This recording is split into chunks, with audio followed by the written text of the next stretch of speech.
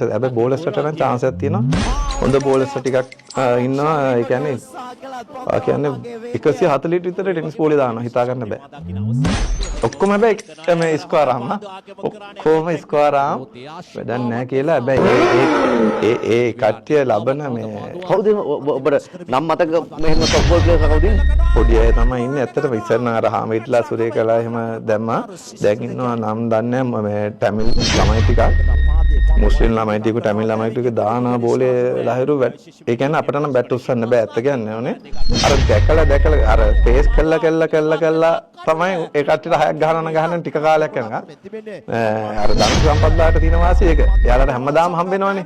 දැකලා එතකොට පොඩ්ඩක් සෙට් වෙනවා. එහෙම නැතුණා අලුත් එකෙන් නම් ජීවිතේට බැට් එකෙන් ගෝල් එක ගන්න. මාර දැමිලක් දාන්නේ.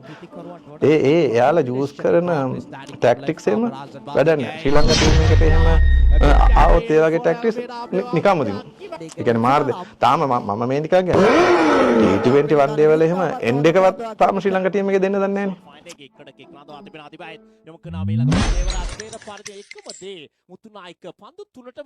නේ.